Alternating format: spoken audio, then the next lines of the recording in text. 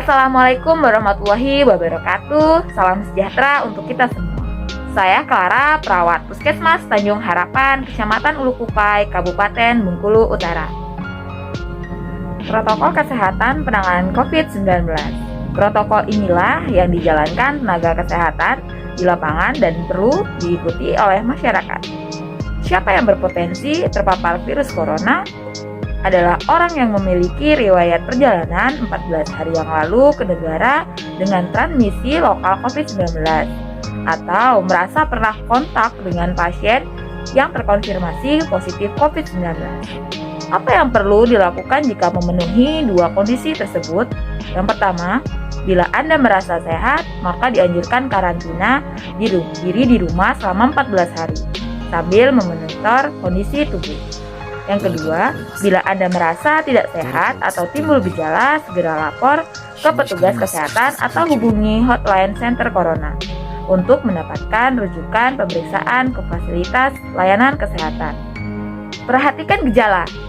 Gejala apa yang harus diperhatikan? Demam melebihi 38 derajat Celcius, batuk pilek, sakit tenggorokan, kemudian sesak atau gangguan pernapasan. Apakah perlu langsung datang ke layanan kesehatan? Apabila gejalanya ringan, utamakan menghubungi hotline atau Center Corona atau rumah sakit rujukan terdekat untuk mendapatkan informasi mengenai langkah-langkah selanjutnya. Sambil mencari informasi, ini yang perlu dilakukan. Tetap hindari keluar rumah, istirahat yang cukup banyak, minum air putih, dan makan makanan yang bergizi. Mempraktekkan kebiasaan bersih, mencuci tangan, dan membersihkan area-area yang tersentuh permukaan tangan. Kemudian, menggunakan masker agar percikan batuk dan pilek tidak mengenai orang lain bahkan di dalam rumah sekalipun. Kapan harus mencari bantuan medis?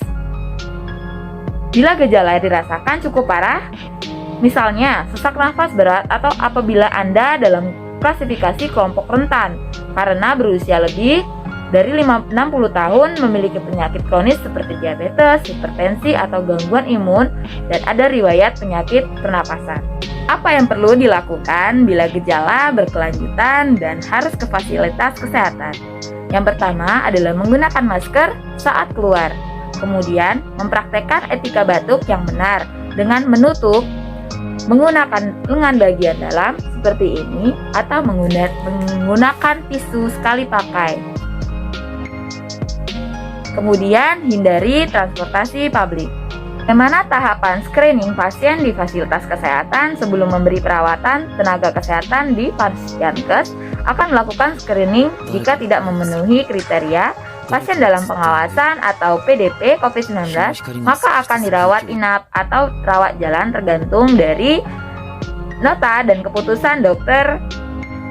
Jika memenuhi kriteria PDP COVID-19, maka akan dirujuk ke salah satu rumah sakit rujukan terdekat, didampingi oleh tenaga kesehatan yang menggunakan APD. Di rumah sakit rujukan, spesimen pasien diambil untuk pemeriksaan labor, dan pasien akan ditempatkan di ruang isolasi. Jika hasilnya negatif, pasien akan dirawat sesuai dengan penyebab penyakit. Kemudian, jika hasilnya positif, maka pasien akan dinyatakan sebagai penderita COVID-19 dan diambil sampel setiap hari dan baru akan dikeluarkan dari ruang isolasi jika pemeriksaan sampel 2 kali berturut-turut hasilnya negatif.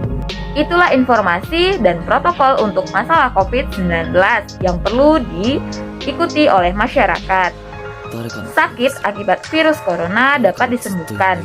Namun, begitu lebih baik mencegah dan tidak menularkan kepada mereka yang lebih rentan.